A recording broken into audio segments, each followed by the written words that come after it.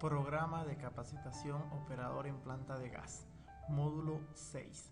Gestión de seguridad industrial y medio ambiente en plantas petroleras. Contenido. Introducción. Gestión de riesgos. Los permisos de trabajo. Análisis de trabajo seguro. HACCP. Gestión de medio ambiente. Gestión de residuos. Introducción. La seguridad industrial es un área multidisciplinaria que se encarga de minimizar los riesgos en la industria. Parte del supuesto de que toda actividad industrial tiene peligros inherentes que necesitan de una correcta gestión. Los principales riesgos en la industria están vinculados a los accidentes. La seguridad industrial precisamente lo que busca es minimizar la posibilidad de ocurrencia de un evento no deseado. Introducción. Definiciones básicas. Peligro. Extracto de la norma OSHA 18001. Fuente, situación o acto con potencial de causar daño en términos de daño humano o deterioro a la salud. Los peligros se encuentran presentes en todas y cada una de las actividades en la industria petrolera. Riesgo. Combinación de la probabilidad de ocurrencia de un suceso y la severidad del daño. Riesgo es lo que las empresas gestionan para prevenir la ocurrencia de un accidente. El peligro de explosión por presencia de gases combustibles en una planta de gas existe. Es decir, en todas las plantas de gas tenemos el peligro de explosión. Y el riesgo es la combinación de la probabilidad de ocurrencia. Es decir, la compañía gestiona los riesgos para minimizar la probabilidad de ocurrencia de esta explosión. Y es así que el riesgo varía de una planta a otra planta, de acuerdo a los niveles de seguridad que sean implementados. Gestión de riesgos. La gestión de riesgos se puede definir como la reducción y el control de los efectos adversos de los peligros a los cuales se expone una organización. Estos riesgos incluyen todos los aspectos de las pérdidas por accidentes que lleven a cualquier desperdicio de los activos de una organización, sociedad o del medio ambiente. Gestión de riesgo. La norma OSHA 18001 propone una jerarquía de controles, de acuerdo a los siguientes niveles que van en orden. Eliminación. Debemos pensar en eliminar una actividad que tiene un riesgo alto o elevado. Sustitución. Si no podemos eliminar la actividad y es necesario realizarla, el siguiente eslabón en la jerarquía es sustituirlo. Se pueden sustituir por nuevas tecnologías, tal como el caso de la instrumentación y automatización. Si aún no podemos eliminarla ni sustituirla, el siguiente eslabón en la jerarquía son controles de ingeniería, que corresponden a todos los diseños de ingeniería que resguardan la protección del ser humano. Controles administrativos son todas las disposiciones de la alta gerencia para controlar los riesgos de forma documental. Incluyen letreros de señalización, requisitos de ingreso y otros. El último eslabón en la jerarquía de control de riesgos es el equipo de protección personal. Al momento de realizar una actividad en las operaciones de planta de gas, lo último que debemos pensar es en el EPP. Antes de pensar, necesito un casco, necesito gafas, necesito guantes, debo pensar si puedo eliminar esa actividad, si puedo sustituirla, si tengo los controles de ingeniería y qué controles administrativos tengo. Gestión de riesgos, control de ingeniería. Son todos los mecanismos y resguardos diseñados para minimizar el riesgo, tales como válvulas de control. Por ejemplo, las válvulas de alivio que se montan en los equipos para aliviar la presión cuando tengamos una sobrepresión y poner en modo de fallo el equipo, llevarlo a un modo seguro. Inertización, técnica utilizado para hacer limpieza en las líneas cuando se pretende realizar un trabajo en caliente que involucre soldadura o amoladura o generación de chispas. La inertización consiste en hacer un barrido de aire o un barrido con nitrógeno, que es un gas inerte. Bloqueo y etiquetado, conocido en inglés como LOTO, Lockout to Out. Es el sistema por el cual se colocan tarjetas y candados a los equipos que van a ser intervenidos para su trabajo. Resguardos son todos los diseños de ingeniería que vienen de fábrica con los equipos. Control de ingeniería, bloqueo y etiquetado. Consiste en un sistema de candados y tarjetas. Se colocan candados y tarjetas a las válvulas y demás accesorios con la finalidad de aislar cualquier energía que pueda ingresar o salir de la unidad o equipo que vamos a intervenir.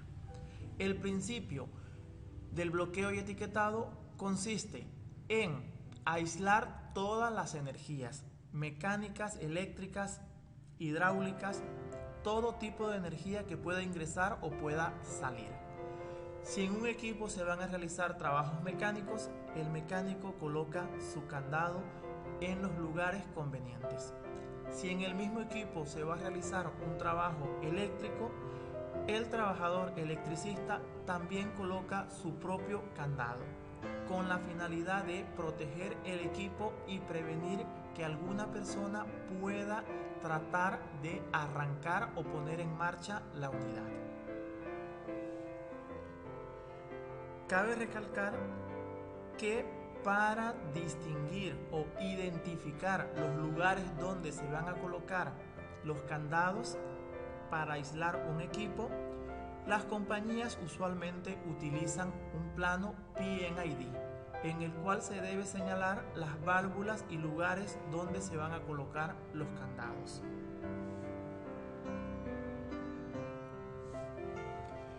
Gestión de riesgos, control de ingeniería, resguardos.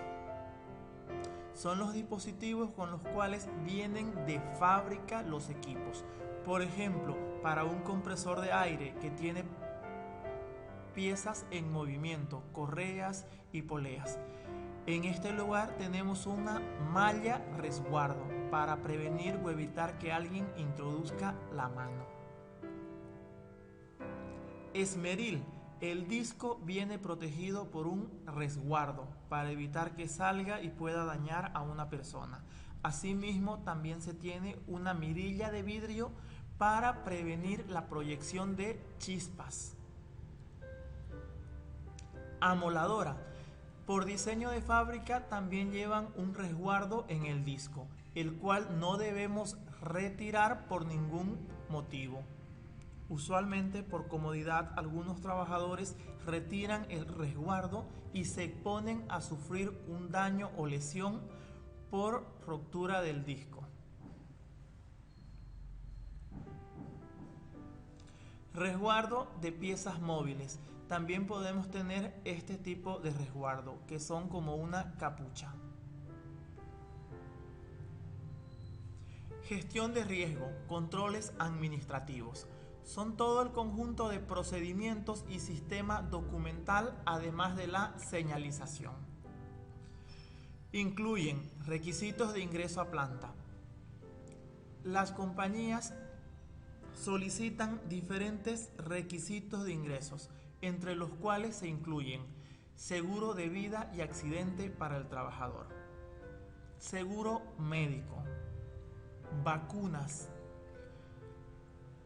y otros como el briefing y cursos básicos. Procedimiento de tarea. Es el documento que especifica paso a paso cómo se debe desarrollar de forma segura una actividad o tarea. Permiso de trabajo. Documento por el cual se autoriza el inicio de un trabajo a un trabajador o una cuadrilla de trabajadores. Señalización. Existen diferentes tipos de señalización en una planta de gas, comenzando por los letreros de señalización, que son carteles de símbolos. También tenemos otros tipos de señalización, como ser la señalización acústica. Aquí tenemos las alarmas de emergencias. También se pueden incluir alarmas en las unidades o sistemas para identificar que éste se encuentra en un modo de fallo o en paro. Por ejemplo, podemos tener sirenas de alarma en el sistema de compresores o en el sistema de generación eléctrica. Otro tipo de señalización son mediante destellos de luz. También se pueden incluir en la planta de gas señales de destellos de luz, los cuales son balizas, como la baliza de una ambulancia o la baliza que llevan los carros policías.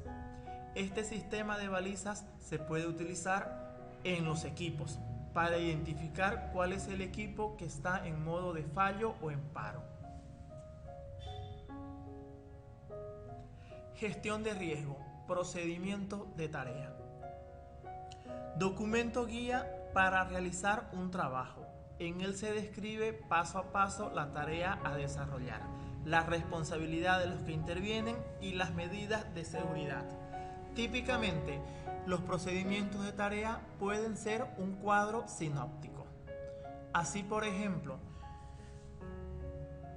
el procedimiento de tarea para carguío de condensado a carro cisterna puede ser un gran tablero de señalización que nos indique paso a paso lo que se debe hacer. Por ejemplo, ingrese el carro cisterna, parquee, detenga, apague el motor, apague las luces, retire las llaves, coloque las cuñas en las llantas, coloque el sistema de aterramiento al aro de la llanta, abra la escotilla del cisterna, revise que esté limpio, encienda la bomba número tanto, conectando la manguera a la boca de la escotilla del cisterna. Cuando se llene el carro cisterna, apague la bomba, retire el aterramiento, devuelva las llaves al conductor y se retira el carro cisterna. Este sería un ejemplo de procedimiento de tarea. Gestión de riesgos, plan de emergencias. Todas las compañías establecen plan de emergencia para todas las posibles contingencias que tengan. Un plan de emergencias es el diseño de medidas de emergencia, considerando todos los escenarios posibles en la locación. Los escenarios de emergencia en una planta de gas básicamente son incendio, explosión, lesiones personales, derrames de hidrocarburos y conmoción civil en caso de bloqueos a la planta de gas, a una línea de gas, a un gasoducto o a los pozos. El plan de emergencia incluye un flujograma de comunicación, las rutas de evacuación y la formación y sensibilización del personal. El plan de emergencia se pone a prueba a través de los ejercicios de simulacros. Un simulacro es la puesta en marcha del plan de emergencia para evaluar el conocimiento del personal respecto al plan de emergencia, las rutas de evacuación, conocimiento del punto de encuentro y otros. Para Bolivia, en la Ley General del Trabajo, en lo que son plantas de gas o plantas de alto riesgo, la ley establece lo siguiente: se deben realizar mínimo 2 simulacros de evacuación por incendio y un simulacro para control de incendios.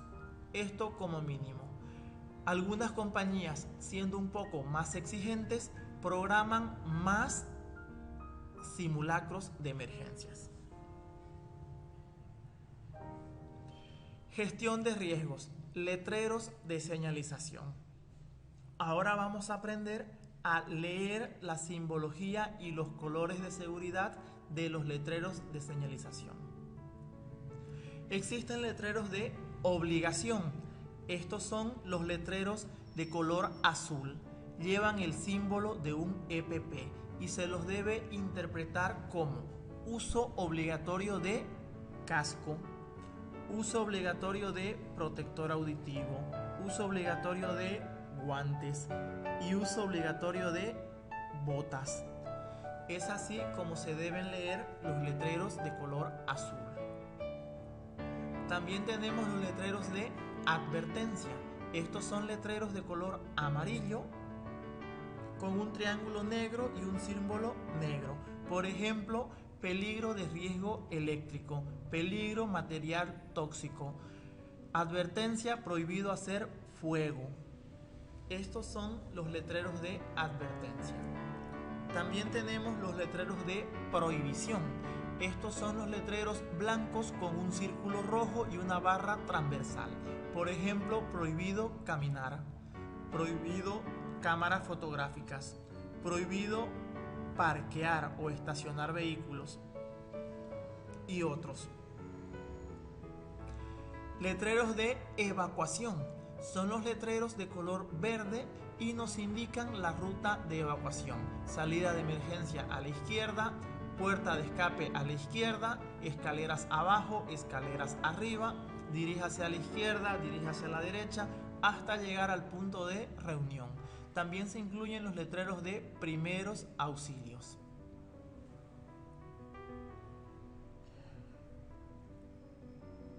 Matafuego. Otro tipo de letreros de señalización son los que nos indican los lugares donde se encuentran los agentes de control de incendio. Estos son letreros blancos con un símbolo rojo, como extintor, o barras transversales rojo y blanco. Indican el lugar donde se encuentra un extintor, una bomba contra incendios o algún agente matafuego. También se incluyen las mangueras y los monitores e hidrantes de la red de agua contra incendios. Gestión de riesgos. Equipo de protección personal. Es el último eslabón de la jerarquía de control de riesgos. Una vez que ya identificamos todos los controles de ingeniería y todos los controles administrativos que involucran la tarea que vamos a realizar, ahora sí podemos pensar en los diferentes equipos de protección personal, los cuales son protección para la cabeza, casco, protección para el cuerpo, ropa de trabajo, protección para las manos, los guantes de seguridad, protección para los pies, las botas de seguridad, protección para la caída de cabellos. Esto se utiliza en la cocina, lo utilizan los catering. Protección para los ojos, gafas de seguridad. Protección para los oídos, protectores auditivos. Luego tenemos los protectores respiratorios, los diferentes tipos de máscaras que vienen con un tipo de filtros específico para cada tipo de gases. Si es un gas CO2, si es mercurio, dependiendo del gas al cual nos vamos a exponer. Protector facial, la mica, para proteger la proyección de partículas a la cara, y la protección anticaídas, que vienen a ser el arnés de seguridad, la cola de vida, los retráctil o yo-yo y otros. Cada uno de los EPP debe ser aprobado por la compañía. Cada compañía tiene diferentes estándares. La mayoría suelen utilizar la norma de construcción de EPP ANSI.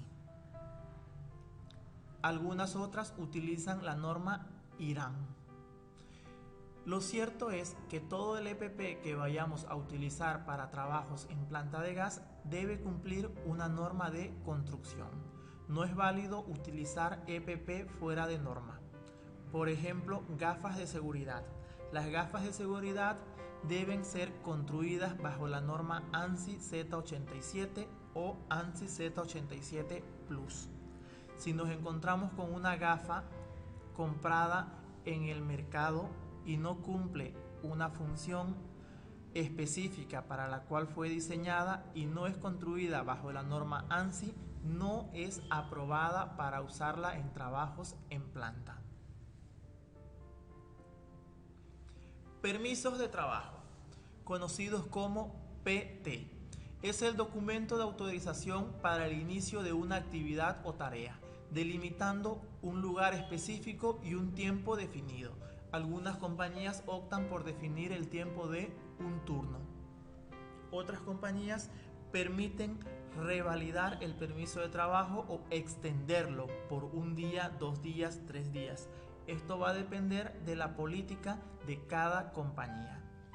Cada permiso de trabajo lleva la descripción de la tarea a realizar y las personas que intervienen, los ejecutantes, trabajadores o cuadrilla de obreros, y el emisor, persona que autoriza el inicio del trabajo, o el dueño del área de procesos. El PT, de acuerdo al sistema de gestión de cada empresa, puede variar los formatos y especificaciones, con protocolos adicionales o especiales. Tal es el caso de permisos de trabajo en altura, permisos de trabajo en frío, permisos de trabajo en caliente, permisos de trabajo en excavaciones, permisos de trabajo para izajes, permisos de trabajo eléctricos y otros.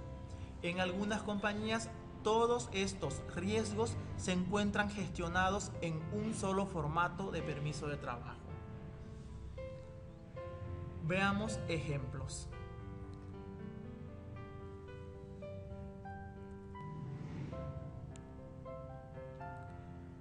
Aquí tenemos un ejemplo genérico de formato de permiso de trabajo. En la parte de arriba lleva un encabezado en el cual se describe el campo, el área y el sistema o equipo a ser intervenido. Por esta otra parte, las fechas de inicio y la fecha final prevista, además de la hora. Por aquí tenemos descripción del trabajo. Aquí se detalla paso a paso la tarea que se va a realizar. Equipos y herramientas a ser empleados. Se declaran todos los equipos y herramientas manuales que se vayan a utilizar. Personal ejecutante, cantidad, entrenamiento y certificaciones. Aquí se declara la cantidad de trabajadores que intervienen, el entrenamiento con el que cuenta y certificados si poseen. Certificados de calificación de un soldador, certificado de operador de una grúa, certificado que amerite para el trabajo que van a realizar. Y se declara cualquier material químico o sustancia tóxica que se pueda manejar en el trabajo. Recomendaciones: una serie de preguntas y respuestas para los controles administrativos y controles de ingeniería, en el cual se detalla si, no o no aplica. Protección personal: aquí se declara todo el EPP que se va a utilizar, tiqueando sí. Casco de seguridad, sí. Protección auditiva, sí. Gafas, sí. Y cada uno de los equipos de protección personal que se vaya a utilizar. Protección en el lugar del trabajo. Aquí se declara la demarcación y carteles para impedir el acceso, los envases o etiquetas MSDS, la identificación de productos y otros, tiqueando sí o no. Y en el reverso de la hoja tenemos los riesgos específicos y sus medidas de control para trabajo en caliente, para trabajo en espacios confinados, para excavaciones, para trabajo en altura, para trabajos de izaje, trabajos de electricidad, trabajos con radiación ionizante y el monitoreo y mediciones de gases para atmósferas explosivas cuando es un trabajo en caliente, medición de oxígeno cuando es un trabajo en espacio confinado, medición de CO2 y sulfídrico para ver los riesgos a los cuales está expuesto un trabajador para realizar un determinado trabajo. Si es trabajos ionizantes, radiografías o incluye material radioactivo, se incluye el monitoreo de los milirem y la distancia al cual se debe colocar el trabajador o las personas que no intervienen en el trabajo. Esto es un permiso de trabajo genérico que contempla las medidas de control para los diferentes riesgos en los diferentes tipos de trabajo. Es un solo formato. Ahora vamos a ver el formato de otra compañía, el cual se analiza solo un tipo de trabajo. Por ejemplo, trabajo en altura. Aquí tenemos un formato de permiso de trabajo en altura. Lo constituye un encabezado y una serie de preguntas de condiciones de seguridad, la cual se debe responder sí, no o no aplica. Por ejemplo, se ha inspeccionado el lugar determinando los posibles riesgos para el armado de andamios, sí, no o no aplica. 2. Se ha visto los lugares de amarre de la estructura de modo que no presenten riesgos, sí, no. Pregunta 19. ¿Se chequearon los elementos de izajes, sogas, cables, eslingas para evitar posibles caídas? Sí, no, no aplica. Luego tenemos, marque el casillero correspondiente a los EPP necesarios para hacer el trabajo. Y las firmas de autorización. Esto es un formato de permiso de trabajo exclusivo para trabajo en altura.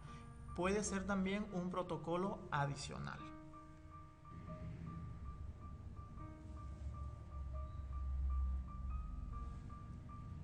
Análisis de trabajo seguro. Técnica de identificación de peligros y evaluación de riesgos de una determinada tarea a realizar.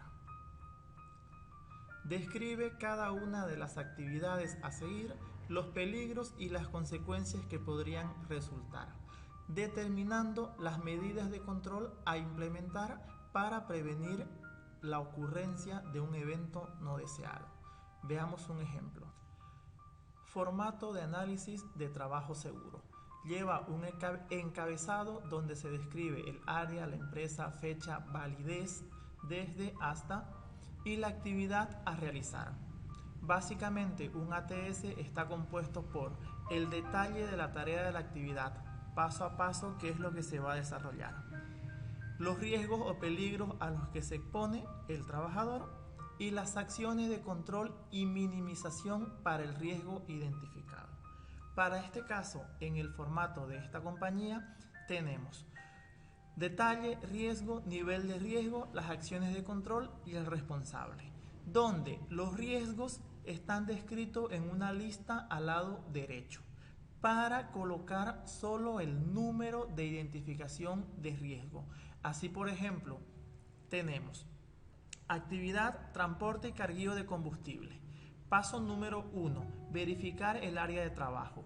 Riesgos identificados 8, 12, 32. ¿Qué significa el 8? Nos vamos a la lista de riesgos y el número 8 dice caída de personal a mismo nivel.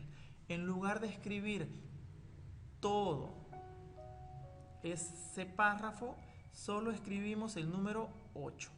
Nivel de riesgos. Para este formato los riesgos se describen como nivel de riesgo alto A, medio M, bajo B. ¿A qué se refiere el nivel de riesgo? Es la probabilidad de ocurrencia de ese evento. Está entrelazado a las estadísticas de la compañía. ¿Ha existido alguna vez? ¿Pasó recientemente ese evento no deseado? En función a esto se define si el riesgo es alto, medio o bajo. Acciones de control y minimización para el riesgo identificado. Inspección visual del área del trabajo, verificar condiciones del área para realizar la actividad, mantener orden y limpieza del sector, señalizar el área de trabajo, uso de arrestallamas en el camión, contar con permiso de trabajo para trabajo en caliente aprobado, prohibición del uso de celulares y el uso de handy intrínseco. Es el tipo de handy que está habilitado para plantas de gas.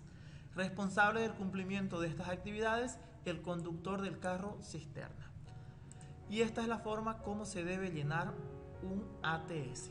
Se recomienda tener como mínimo 3 pasos.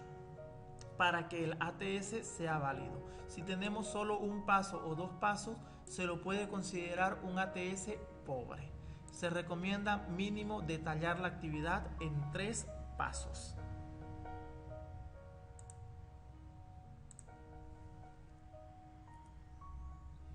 HACCP.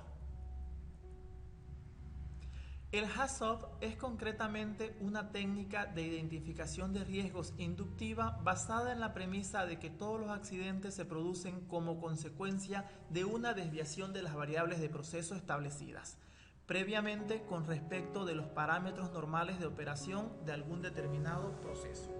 Dicho en otras palabras, un HACCP es un análisis de riesgo para procesos.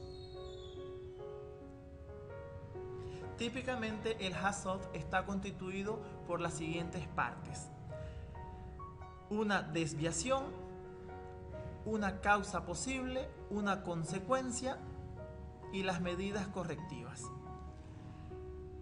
Lleva un encabezado. Sistema, el sistema que se va a analizar. Por ejemplo, compresores. Fecha, la fecha en la cual se realiza el análisis. Localización del nodo, es el punto de estudio, a la entrada o a la salida. Para este ejemplo vamos a utilizar un nodo o punto de estudio, salida de gas en el compresor K300. Realizado por, lo debe realizar un conjunto multidisciplinario de profesionales. Incluye el operador, el mecánico, el electricista, el ingeniero de proyectos, el ingeniero de seguridad industrial y otros. Variable. Las variables que vamos a estudiar son presión, temperatura, caudal, nivel. Para este ejemplo vamos a trabajar con presión. Estamos hablando de un compresor. Palabra guía. Las palabras guías pueden ser más, menos, muy alta, muy baja y otras. Desviación es la combinación de la variable y la palabra guía. Por ejemplo, variable presión, palabra guía muy alta. Desviación, alta presión. Causa posible. ¿Por qué vamos a tener una alta presión en la descarga, el nodo de estudio, en la descarga del compresor?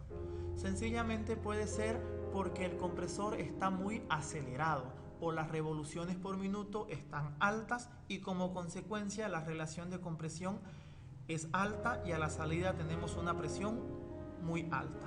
¿Cuál va a ser la consecuencia? Podemos tener una sobrepresión del equipo, podemos tener daños mecánicos en las válvulas o en los cilindros de descarga y otros. Aquí van a aportar todos los profesionales que intervienen en el análisis HACCP. Finalmente, medidas correctivas.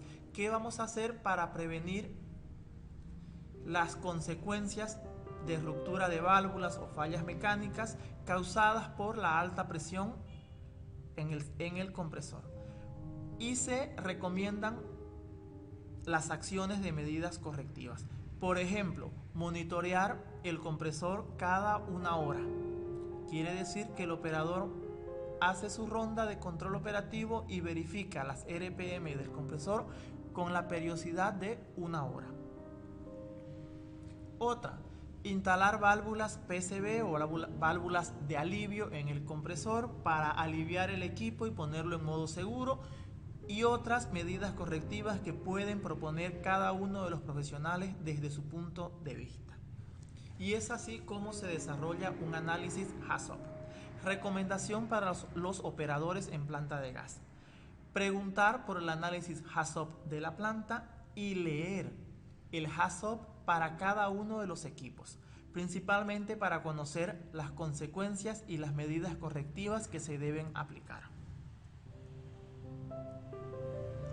Desventajas de la aplicación del método HACCP. Las modificaciones que haya que realizar en una determinada instalación como consecuencia de un análisis HACCP se pueden ver afectadas por temas económicos que la empresa debería invertir. Por ejemplo, si proponemos colocar válvulas PCV para el alivio de la presión, es una inversión la cual debe asumir la alta gerencia y ellos son los que van a definir si se aplica o no. Es dependiente mucho de la información disponible, a tal punto que pueden omitirse un riesgo si los datos de partida son erróneos o incompletos. Debemos estar seguros de que tenemos la información completa y correcta de las operaciones de la planta de gas, tanto en parámetros de operación, presión, temperatura, así como también la cromatografía del gas, para saber a qué tipo de gases estamos expuestos. Al ser esta una técnica cualitativa, aunque sistemática, no hay una valoración real de la frecuencia de las causas que podrían producir una determinada consecuencia. Es decir, el análisis HAZOP no me permite identificar con qué periodo de tiempo va a suceder una falla en el equipo. Para poder determinar los tiempos o periodicidad de la falla de un equipo, se pueden utilizar indicadores de mantenimiento de clase mundial, como lo vimos en el módulo número 2. Medio ambiente. Debemos entender por gestión ambiental al conjunto de actividades, procedimientos y diligencias para la planeación, ejecución y supervisión de cualquier actividad, obra o proyecto con el objetivo de mitigar, corregir y compensar los impactos ambientales negativos y asimismo potenciar los impactos ambientales positivos generados. En una planta de gas tenemos distintos tipos de impactos ambientales. Vamos a tener emisión de gases en los hornos, en el compresor, si es a combustión interna. Vamos a tener emisión de gases de ignición en la planta de glicol, en la planta de generación de glicol para el proceso de deshidratación y otros. Asimismo, también podemos tener derrames menores de hidrocarburos o de aceites sucios en el compresor, en un motor y otros. Todos estos impactos ambientales deben ser gestionados a tal punto de encontrar el equilibrio entre las operaciones de la planta de gas y la rentabilidad de la planta. Asimismo, los impactos positivos deben ser potenciados. Impactos positivos que podemos ocasionar en una planta de gas pueden ser sencillamente generación de empleo directo, generación de empleos indirectos, apertura de caminos de acceso y otros. Asimismo, también se encuentran los compromisos asumidos de forma voluntaria de la compañía. Estos pueden ser ayuda y colaboración a la comunidad en la cual estamos desarrollando nuestras actividades. Se ven trabajos de relacionamiento comunitario, los cuales pueden ser provisión de material médico o consultas médicas a través de campañas de salud. Otras pueden ser dotación de material escolar para las escuelas o construcción de ambientes para escuela o de ambientes para una posta sanitaria, entre otros.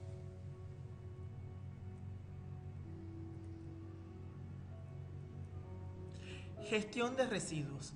En una planta de gas nos vamos a encontrar con diferentes tipos de residuos. Es el conjunto de actividades, procedimientos y diligencias para la organización y disposición final de los residuos generados en una actividad, obra o proyecto, con la finalidad de preservar y cuidar el medio ambiente. La principal finalidad es desarrollar nuestras actividades de forma amigable con el medio ambiente. Vamos a tener residuos sólidos y residuos líquidos. Residuos sólidos. Cada una de las compañías adopta una política de clasificación de los residuos, los cuales se hacen a través de contenedores. No hay una política estandarizada a nivel mundial. Cada compañía adopta la política que mejor le convenga. Podemos tener clasificación en 3 contenedores, en 4 contenedores, 5 o más.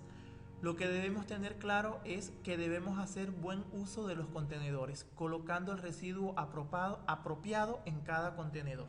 Estos van a estar etiquetados con el material que podemos disponer en cada uno de ellos. Usualmente nos vamos a encontrar con contenedores para residuos orgánicos, restos de comida y otros. Un contenedor para plásticos, botellas PET, vasos desechables y otros. Vidrios, cartones, papel y otros.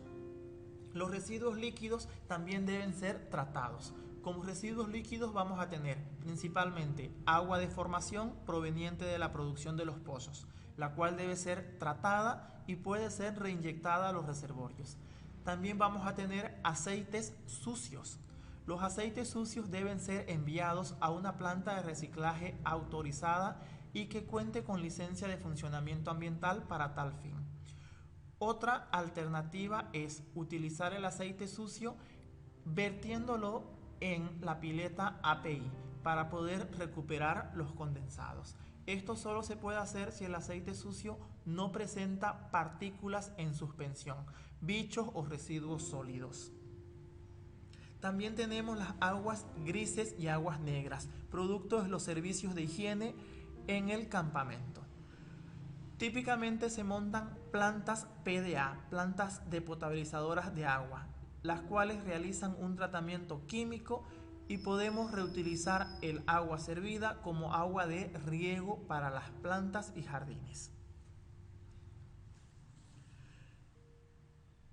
El tema de medio ambiente es muy amplio, el cual queremos resumir en un video de concientización ambiental.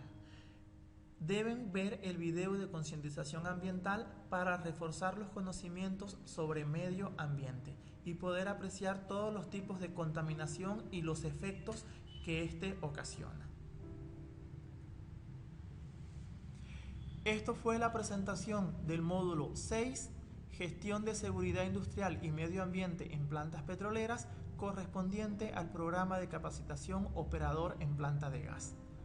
Muchas gracias por su atención.